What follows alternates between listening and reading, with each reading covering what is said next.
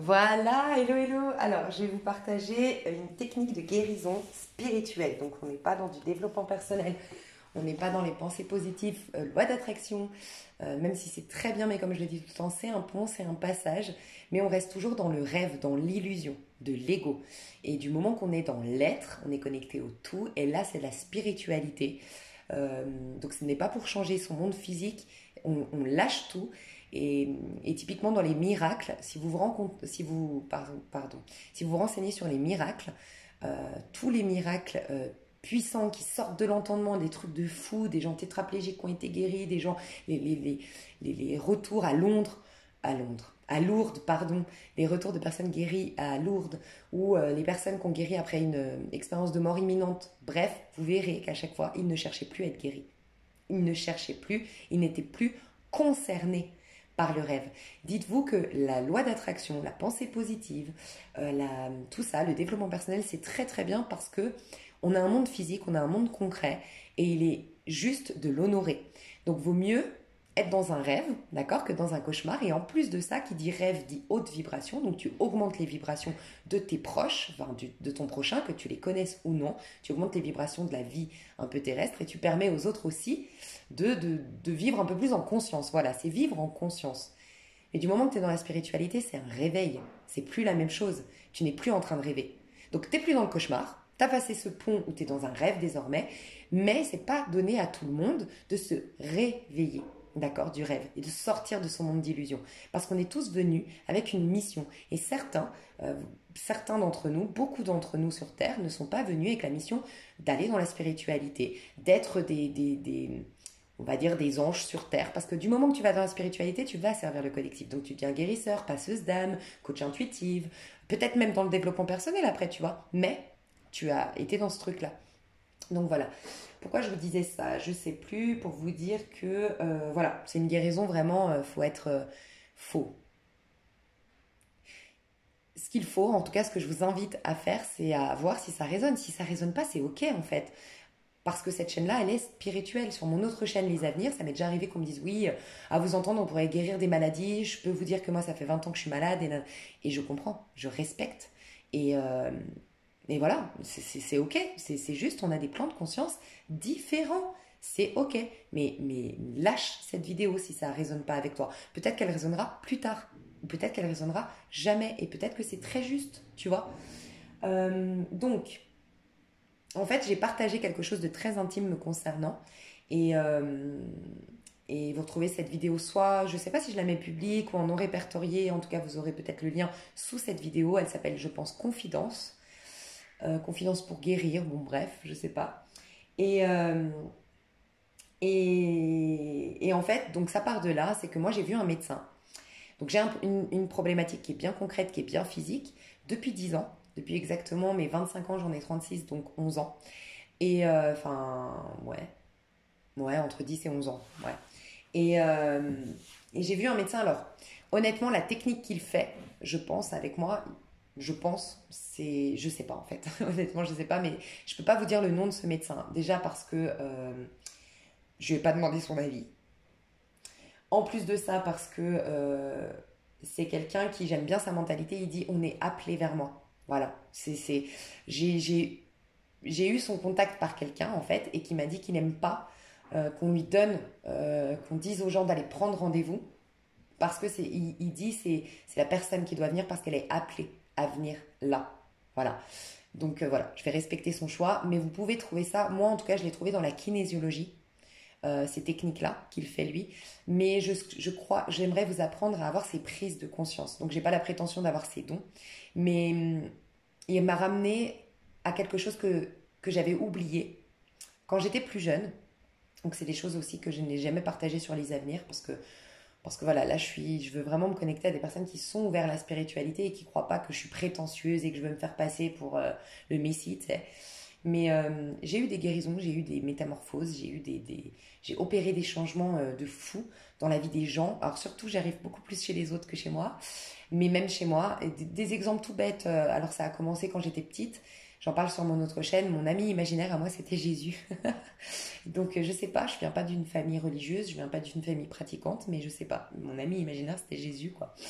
Et j'ai toujours eu la foi dans le fait que, en fait, j'avais toujours en moi j'ai basé ma vie avec cette foi, et on peut dire une croyance, mais croyance, ça veut dire que c'est faux pour moi, mais en fait, cette croyance qu'il n'y a pas de fatalité.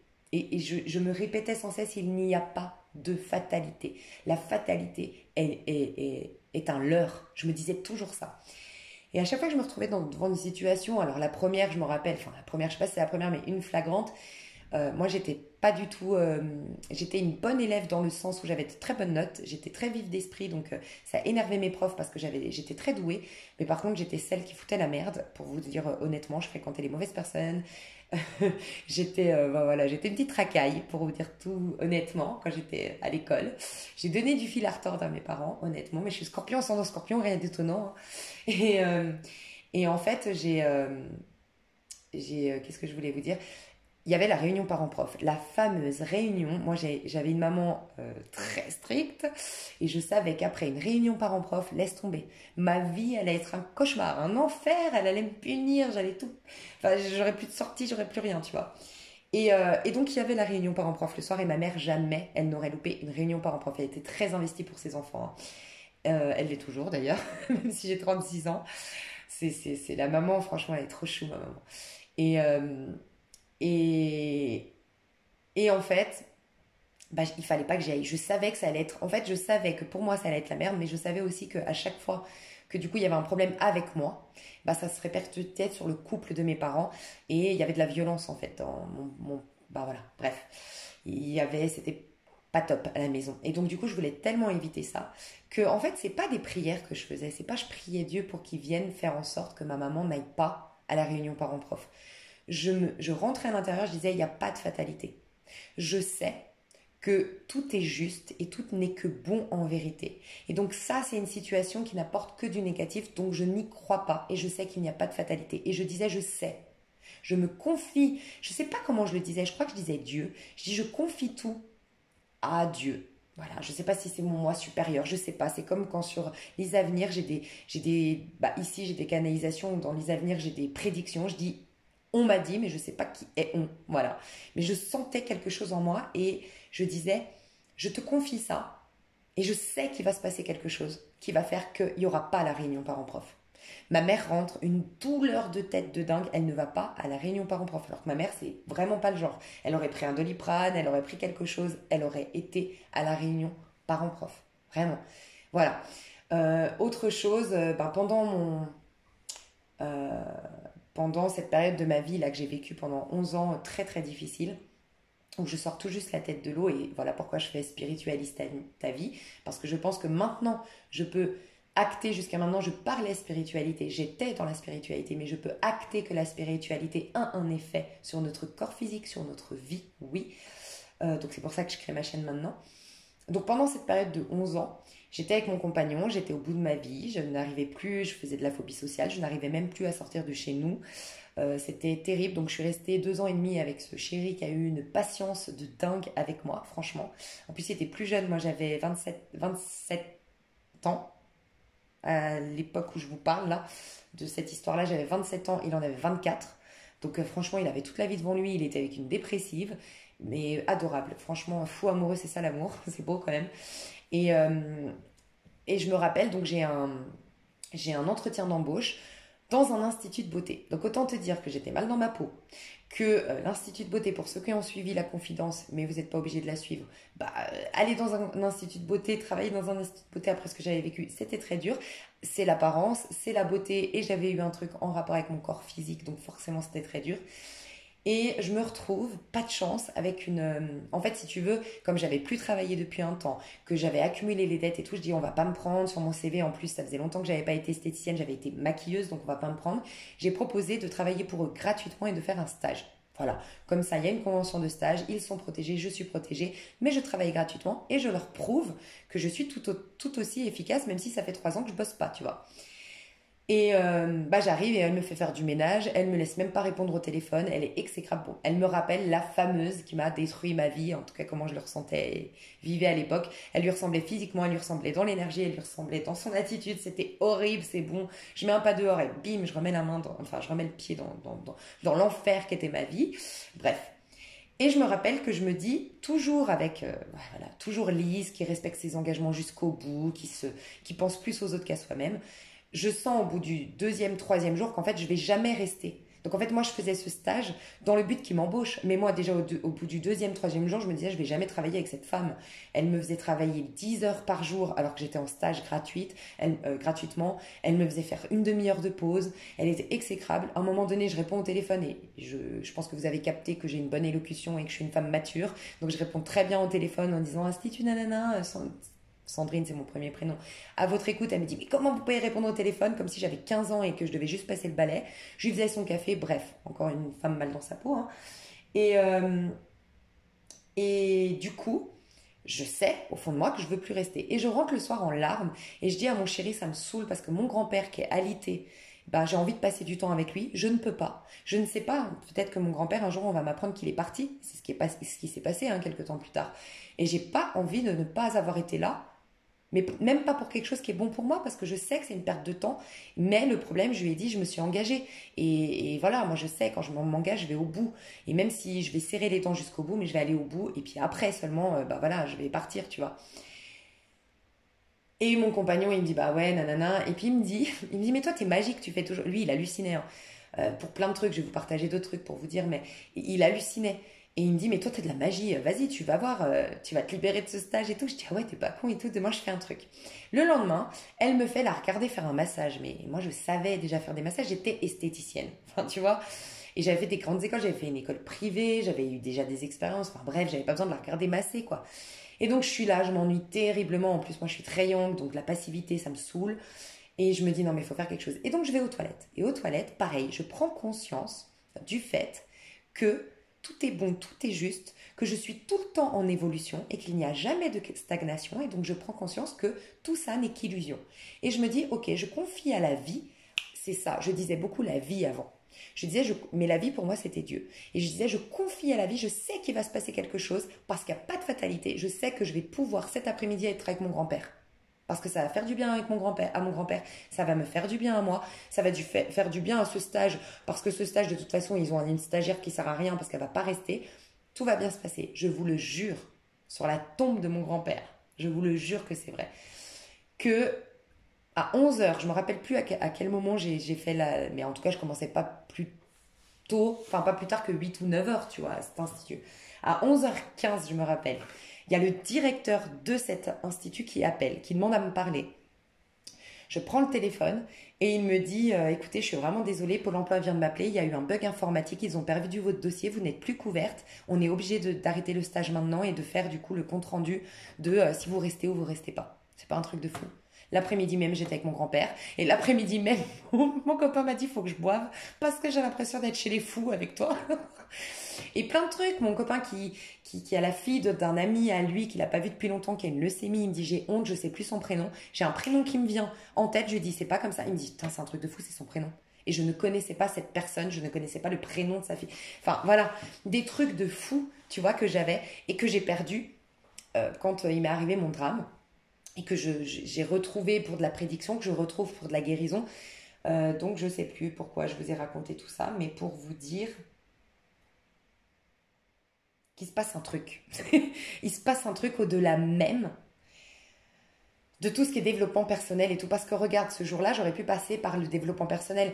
Lise, travaille la confiance en toi, l'affirmation de soi, fais les bons choix, pense positif, nanana. Non, en un instant de seconde. Mais en une instant de seconde. Mais en un instant de seconde, je crois. Mais qu'est-ce qui s'est passé? Je suis sortie du rêve. J'ai pas essayé de l'améliorer. Je me suis réveillée à l'illusion du fait que je sois un corps physique bloqué avec cet engagement. Voilà.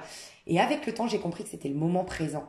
Et le moment présent, c'est pas juste être au présent, se remettre les énergies. C'est comprendre que dans le présent, tout ce que tu as pu vivre dans le passé, tout ce que tu as pu penser dans le passé, si tu n'interagis, si tu n'y es pas connecté émotionnellement, Ça n'existe plus dans ton passé, dans ton présent, ni même les conséquences, que ce soit des cicatrices sur ton corps, que ce soit des peurs, des phobies qui se sont mis en place. En vérité, mais c'est une puissance de l'instant présent, tu vois. C'est pas juste le moment présent. Et c'est ça, voilà. Donc, qu'est-ce qu'il a fait, moi, le médecin? Pourquoi il a débloqué tout?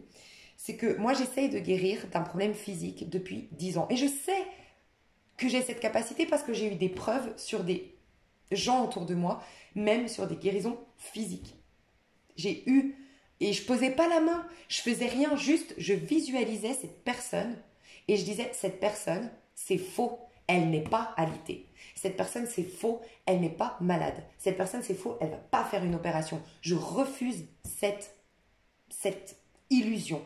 Je réalise que la vie uniquement passe là. Il n'y a pas de personnage, il n'y a que la vie. Et la vie, c'est la vie. Qui dit vie, dit santé, dit chose éternelle, éternelle de sève, de vie, de beauté, d'abondance, de non. Et je refuse ça. Et il se passait quelque chose après. C'était un truc de fou. Et là, j'ai eu un déclic avec mon médecin. On m'a dit de vous le partager. Donc, j'en viens au fait. Après 3 heures, c'est normal. C'est Lise. Je vois mon médecin et je lui explique. Je lui dis, mais en fait, il n'y a aucune amélioration. C'est le seul truc que je ne comprends pas. Il n'y a aucune amélioration. Et pourtant, je vais mieux. Je n'ai plus de difficultés financières. J'adore mon métier. Je me suis réconciliée avec, avec un peu mon physique. Je vais un peu plus dehors. Je me suis remise à la danse. Bref, j'ai retrouvé cette dynamique joyeuse que j'avais. J'ai pardonné à cette femme qui m'a fait du mal. Je ne comprends pas ce qui se passe. J'ai l'impression d'avoir fait le deuil de mon grand-père parce que c'était lié. Donc, je ne comprends pas et tout. Et en fait, il m'a dit un truc qui m'a tilt. Il m'a fait tilt. En gros, il m'a dit, quand tu regardes ta peau, parce que moi, c'est un problème de peau, il m'a dit, quand tu regardes ta peau, tu vois la conséquence de quelque chose de ton passé, et du coup, tu essayes de renier ce qui s'est passé dans le passé. Mais du coup, tu n'es pas dans le moment présent. Et il m'a dit, quand tu regardes ta peau, tu vois l'amélioration. Comme je vous disais, c'est pour ça que je vous ai pris l'exemple. Je sais qu'il va se passer quelque chose qui va faire que je vais sortir de ce stage. J'ai pas été dans le passé. Je ne me suis jamais inscrite à ce stage. Je me pardonne d'avoir fait ça ou XY. Et moi, je faisais ça avec ma peau. J'avais perdu ce truc, cette foi. Mais pourquoi? Parce que j'avais une lourde culpabilité, je pense, d'une vie antérieure. Je vais te partager un autre truc après. Je pense qu'il y a une lourde culpabilité qui me fait croire que c'est Dieu qui a voulu ça pour moi et que je vis un karma qui est légitime, que ce que j'ai vécu, je le mérite. J'ai cette croyance sous-jacente. Donc j'essaye d'enlever ce noyau parce que je sais au fond de moi que j'ai projeté ça parce que j'ai une forme de culpabilité. Et lui, il m'a dit, quand tu regardes ta peau, tu la regardes en train de s'améliorer parce que c'est une évidence que là, dans le moment présent, l'accident, il n'est plus. L'accident, il concerne Lise, l'ego. L'âme est intacte. L'âme, aujourd'hui, est intacte. Donc, l'âme projette encore sur ce corps physique de Lise les cicatrices parce qu'elle a l'émotion encore rattachée à quelque chose du passé. Ok? Et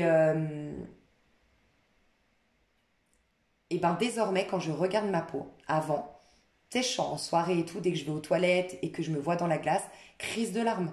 Crise de larmes parce que je vois des cicatrices que je trouve injustes et qui me font remonter, je pense, des trucs de très longtemps, même d'une autre vie, j'en suis sûre. Mais je suis toujours dans le passé. Maintenant, je la regarde et je lui dis, tu es courageuse. Enfin, je lui parle comme si c'était un être. Et je dis à ma peau, tu es courageuse. Tu es déjà en train de t'améliorer. Tu es déjà en train de... Et je ne vois que l'amélioration. Et là, je vais vous partager comment ça marche. Grâce au tarot, parce que voilà, déjà pour pas que ce soit toujours vide ici, j'approfondirai tout ça, mais j'aimerais vous faire prendre conscience que le tarot, donc moi c'est mon outil, oui, je fais de la taromancie, j'utilise le tarot pour faire de la prédiction, mais j'utilise le tarot aussi dans le terme tarologique. La tarologie, c'est le fait qu'il y ait des aspects religieux, des aspects spirituels, des codes cachés derrière les arcanes. Et c'est pour une élévation spirituelle, la tarologie. Et donc là, on va parler plutôt en termes de spiritualité. Donc là, vous avez les 22 arcanes majeures du tarot de Marseille. Et voyez, ça fait un cheminement. Ok, il y a un cheminement de l'âme et vous voyez que ça fait un cycle le cycle de l'infini. En fait, on est en battleur et on avance, on avance, on avance, on se renouvelle et c'est les saisons. Le printemps est ici. L'été, on est au summum de... Non, pardon. Le printemps est ici, donc 1, 2, 3, 4. Le printemps, on est en train de développer quelque chose. On est en train d'alimenter, donc c'est j'ai rencontré un couple et on continue à aimer, on n'est pas dans la peur de perdre, on n'est pas dans le vouloir changer l'autre ou projeter de par nos blessures ce couple. Donc on continue à animer cette flamme, on continue à être dans l'amour qui a fait que l'amour a pu prendre forme à un moment donné, donc qu'il y a pu y avoir la manifestation d'un couple, d'une relation, bref l'été, mais à un moment donné, on se renouvelle, il y a l'automne et l'hiver. C'est-à-dire qu'à un moment donné, on doit lâcher certaines choses et se renouveler. Okay, et ça, c'est le cycle des saisons, d'accord, qui nous l'apprend. Mais ça, c'est dans la 3D. Dans la 3D, on manifeste des choses, on les laisse partir parce qu'on comprend que tout part de nous. Donc, c'est des formes et c'est le rêve, mais il faut se réveiller pour refaire une autre forme, ok? Sauf que quand on sort, donc on a 3 manières de vivre, ça nous apprend aussi la numérologie. Donc dans ce plan de conscience 3D, il y a la numérologie, il y a les cycles. Tu vois, 1, 2, 3, 4, 5, 6, 7, 8, 9. Et après, il y a 10, 11, 12, 1, jusqu'à revenir au 1. Parce qu'en fait, il y a le cycle de 9, je crée, et 9, je décrée. 9, je crée, 9, je décrée. Et parce que tu penses à décréer à chaque fois, donc décréer, c'est se détacher de la forme et se rappeler que si tu as un amoureux aujourd'hui, c'est parce que tu vibres amour. Et ne pas te planter, te laisser illusionner par le fait que c'est lui qui te remplit d'amour. C'est toi qui as manifesté cette histoire d'amour. Ok ? Et donc ça, c'est dans ce plan 3D, donc c'est la numérologie. Et dans ce plan 3D, ce plan de conscience, on est obligé d'avancer. Donc tu es obligé d'accepter. Voilà pourquoi je n'arrivais pas à me remettre en présence, c'est que j'avais accepté. J'avais accepté qu'il y avait certainement un sens caché derrière. J'avais accepté que certainement ça m'a fait évoluer cette expérience. J'avais accepté que tout ce que j'ai dit dans confidence, dans mon partage de confidence, c'est que quelque part je vivais en surface, quelque part ça m'a poussé à être dans l'amour, l'estime de soi, et aussi ça m'a fait prendre conscience que je me laissais maltraiter par mes amis. Tu vois, et que je pensais plus à l'autre qu'à mes propres besoins, x, y choses qui m'ont, tu vois, me permis de cheminer. Mais je n'avais pas accepté que ce soit là. Je voulais que ça disparaisse. Et il faut avancer. Si tu acceptes que ce soit là, c'est uniquement une chose que tu as dans les mains sur laquelle tu peux avoir du pouvoir. Donc, tant que tu la rejettes, tu ne peux pas avoir de pouvoir de transformation dessus. Donc, il faut accepter, vivre pleinement ce que tu as vécu, aussi douloureux soit-il, pour continuer à avancer dans ce plan de conscience 3D. Déjà, ça, c'est très important de prendre conscience de ça. Tu as 3 manières de vivre, donc ça c'est la numérologie qui nous l'apprend aussi, c'est qu'en fait on est un. Un, ça parle de toi, moi je dans ce monde. Un, c'est moi je coincé dans la 3D, en conscience mais dans la 3D, donc développement personnel, tout ce que tu veux, numérologie et tout ça. 10, c'est la loi d'attraction, la capacité de manifestation, donc qui est je vis pas seulement en conscience, j'ai un pouvoir de manifestation sur ma vie, mais je suis toujours dans le rêve illusoire de la vie. Ok, je suis ce petit singe qui ne singe plus les autres parce que je ne suis plus coincée dans ce plan de conscience, c'est-à-dire dans la croyance collective. Ok, je dépasse ça et j'affirme, j'aiguise mon épée symbole du mental et j'affirme mes idées et je maîtrise mon mental et maintenant je réalise le rêve que je veux, donc j'ai plus besoin de passer par ces hauts et ces bas, c'est moi qui domine tout. Okay, soit je suis spirituelle. Mais pour être spirituelle, c'est être dans l'amour. L'amour inconditionnel. Et voilà pourquoi l'amour inconditionnel du soleil nous présente notre prochain mise à nu. Parce que l'amour inconditionnel, c'est être au présent et reconnaître que même Pierre, c'est un exemple, il y a 2 ans t'as trahi, ce Pierre de il y a 2 ans n'existe pas dans ta conscience de maintenant. Il ne peut plus. Du moment que dans ta conscience, il y a Pierre qui est traître, il y a dans ta conscience le fait qu'il y a de la traîtrise. Et du moment que tu... C'est pour ça qu'on dit l'autre, c'est nous-mêmes. C'est que du moment que tu juges l'autre, c'est dans ta conscience que tu ramènes de la traîtrise. Qu'est-ce que tu vas vibrer très bas et tu ne seras pas dans la résurrection, dans le miracle du jugement. Et tu ne seras pas, du coup, au centre.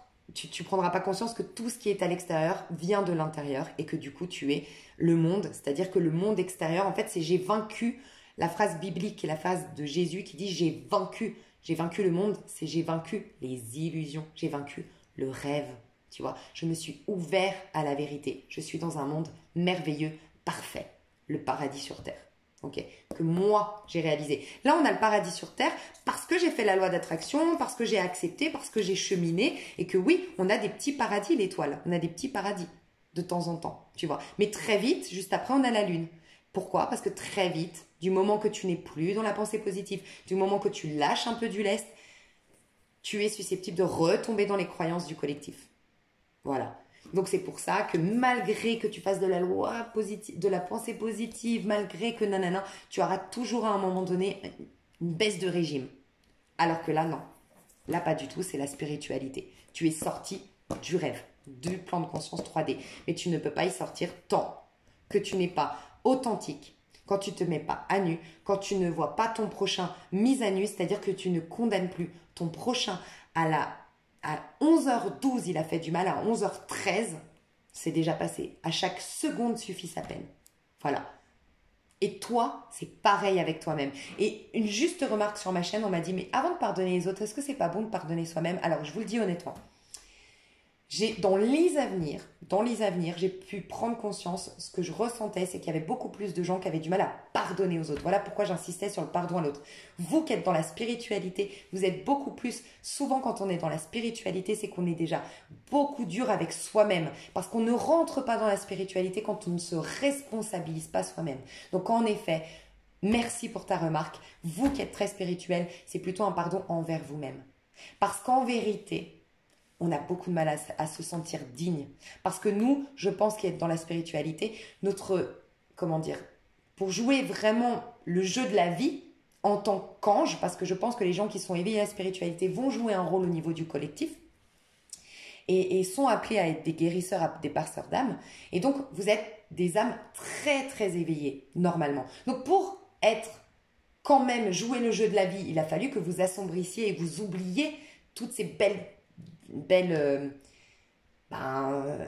faut que vous oubliez, mais sans trop l'oublier, finalement, ses dons, ses capacités, et puis tout ça, puisque vous allez être amené à aider votre prochain. Et donc, je pense que vous, la croyance, c'est que, contrairement aux autres, où on leur a dit, les autres, c'est de la merde, ok? Parce que c'est beaucoup plus facile de croire que les autres, c'est de la merde, puisque on est toujours en contact quand même avec soi. Donc, on peut s'éloigner des autres, et si nous on arrive à plus se pardonner qu'on a de l'ego, c'est quand même plus facile, tu vois, de travailler sur soi.